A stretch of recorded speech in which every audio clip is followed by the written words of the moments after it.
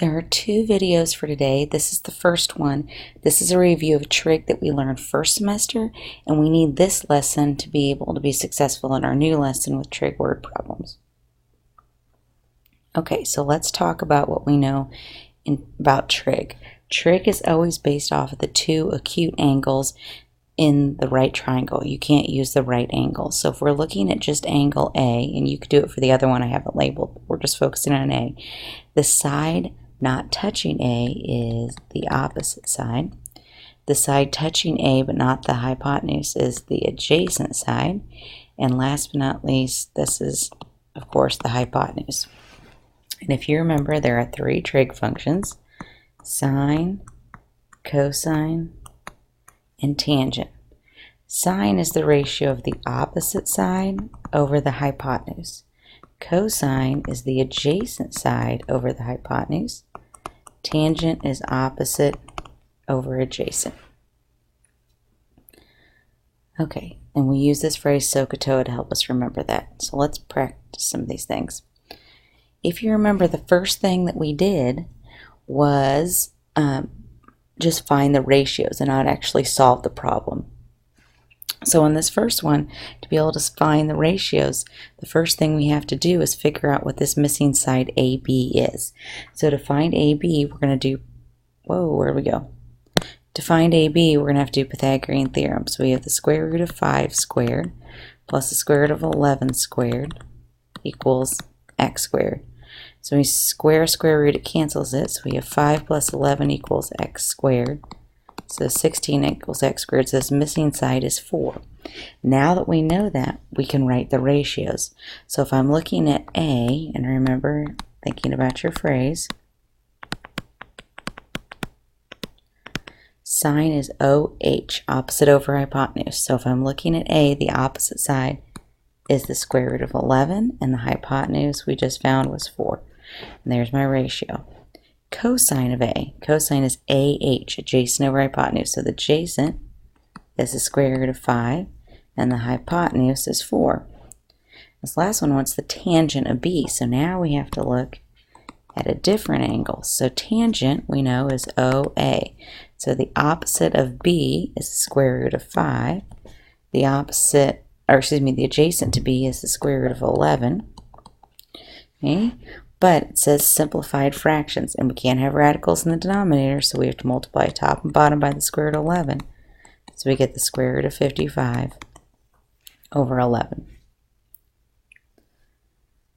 Okay, these want us to find the values, leave us simplified fractions.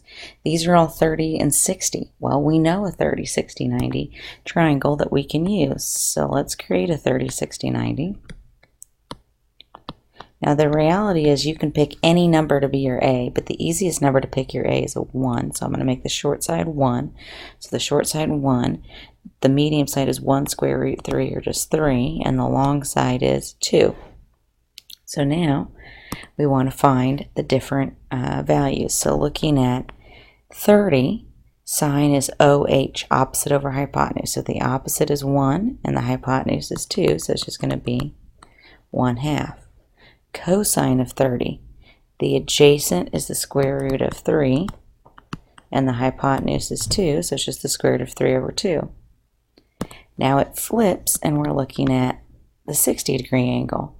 So looking at the 60, they want tangent of 60. Well, the tangent is the square root of 3 because it's the opposite over adjacent. So we got square root of 3 over 1.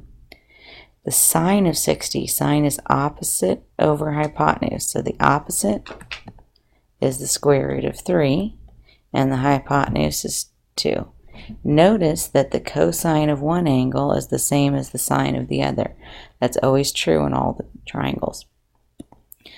Okay, let's try this again, this time for 45, 45, 90. So again, we're going to draw our triangle.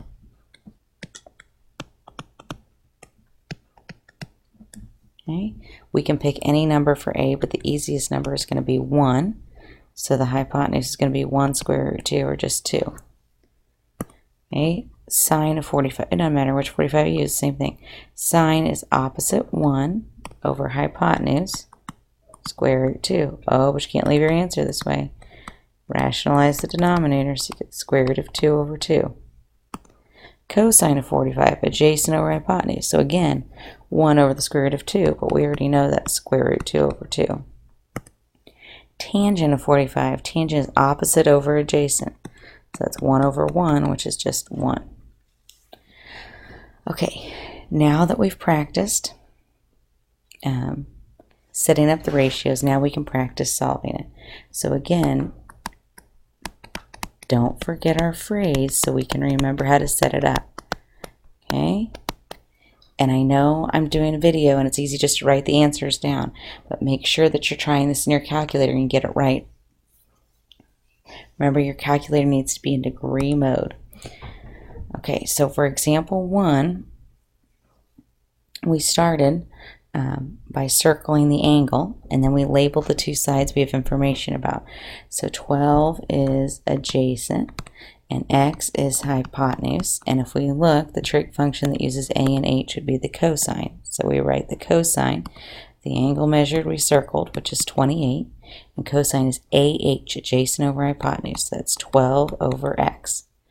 Okay, so to solve, we made it a proportion, but first we have to put the cosine of 28 into our calculator, which is 0.8829 equals 12 over x.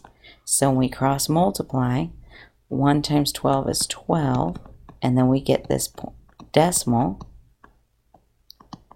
So to solve in your calculator, you have 12 divided by that decimal, and this is a side, so we're rounding to the nearest hundredth. So the nearest hundredth, x is 13.59.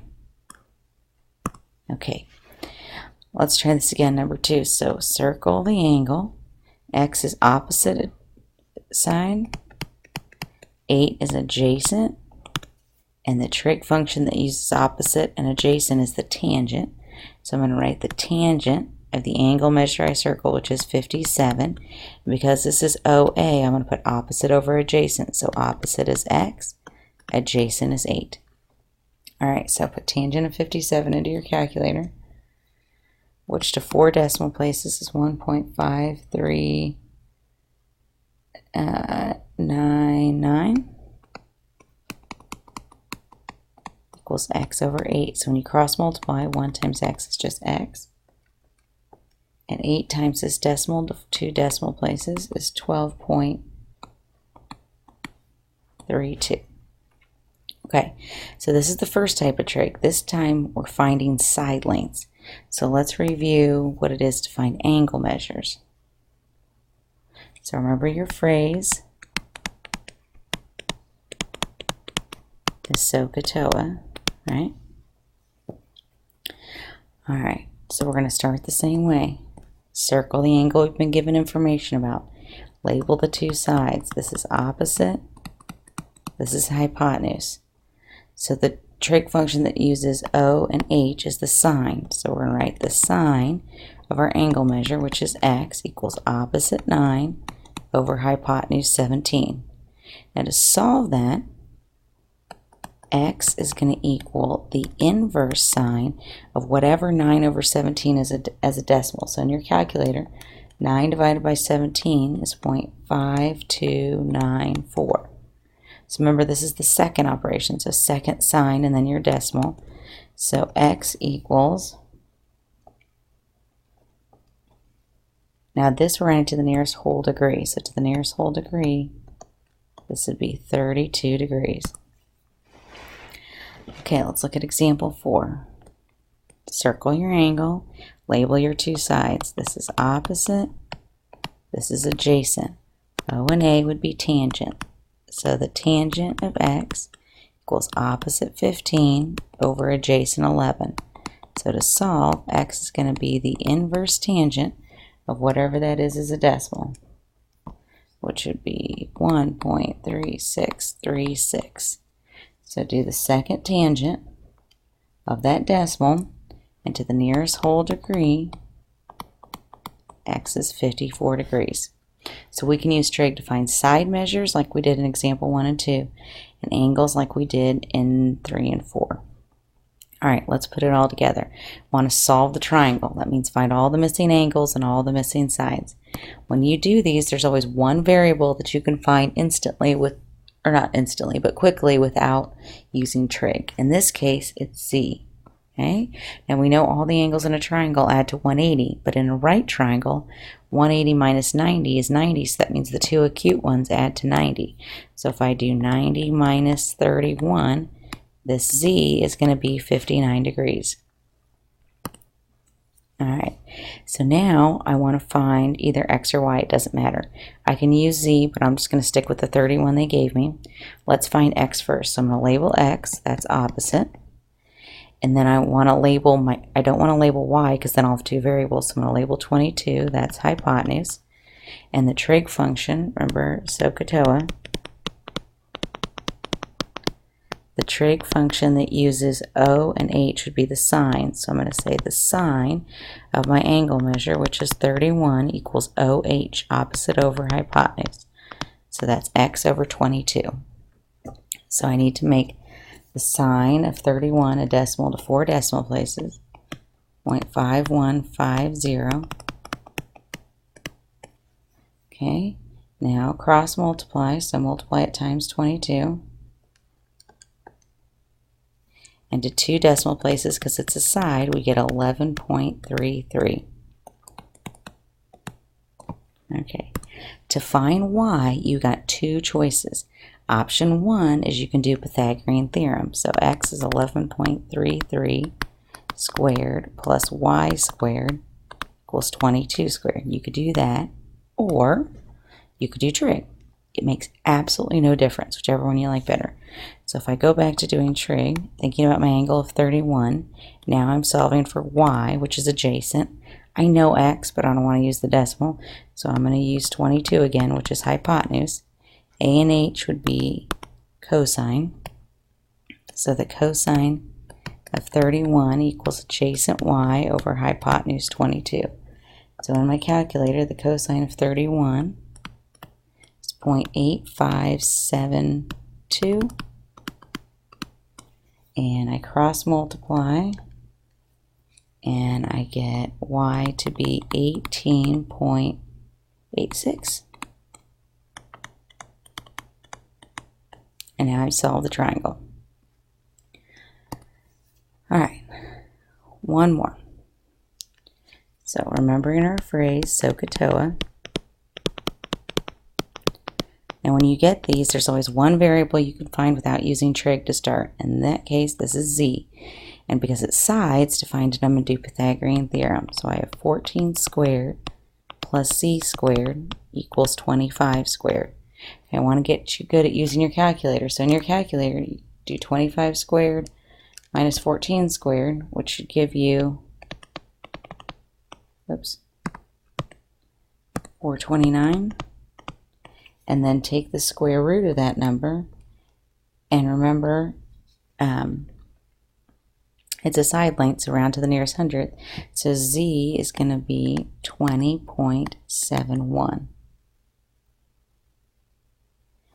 Alright, now we need to find x or y. So let's start with x. It's an angle. I need to label two sides. Labeling z, it's probably not worth it. I'd label the two they gave me. So this is adjacent, this is hypotenuse. The trig function that use a and h is cosine. So the cosine of x equals adjacent 14 over hypotenuse 25. So to solve, x is the inverse cosine of, this is a decimal, which would be 0.56. And the inverse cosine of 0.56 to the nearest whole degree would be 56 degrees. Now, you can absolutely use trig to get y, but that seems like a lot of work. You know the angles in a triangle have to add to 180, so 90 minus 56 would be 34. And now you've solved the triangle.